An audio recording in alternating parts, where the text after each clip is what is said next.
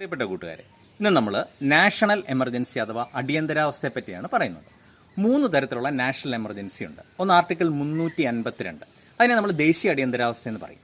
ഒരു രാജ്യത്ത് ദേശീയ അടിയന്തരാവസ്ഥ പ്രഖ്യാപിക്കുന്നത് 3 അവസരങ്ങളാണ്. ഒന്നുകിൽ വാർ, യുദ്ധം, അതല്ലെങ്കിൽ എക്സ്റ്റേണൽ അഗ്രഷൻ, പുറമേ നിന്നുള്ള അറ്റാക്ക്, അതുമല്ലെന്നുണ്ടെങ്കിൽ ഇന്റേണൽ റിബൽ, അകത്തുള്ള ആഭ്യന്തര പ്രശ്നങ്ങൾ. അപ്പോൾ അങ്ങനെ പ്രഖ്യാപിക്കുന്ന അടിയന്തരാവസ്ഥയാണ് ആർട്ടിക്കിൾ 352.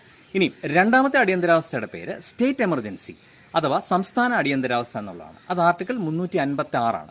ഒരു സംസ്ഥാനത്തെ ഭരണഘടനാ സംവിധാനം തകരാറിലാവുന്ന സമയത്ത് ഇന്ത്യൻ പ്രസിഡന്റ് അപ്ലൈ ചെയ്യുന്ന അടിയന്തരാവസ്ഥയാണ്. ഇതിനെ പ്രസിഡൻഷ്യൽ ഭരണമെന്നും പറയും. ഇനി മൂന്നാമതാണ് നാഷണൽ എമർജൻസിയാണ് ഫിനാൻഷ്യൽ എമർജൻസി അഥവാ സാമ്പത്തിക അടിയന്തരാവസ്ഥ.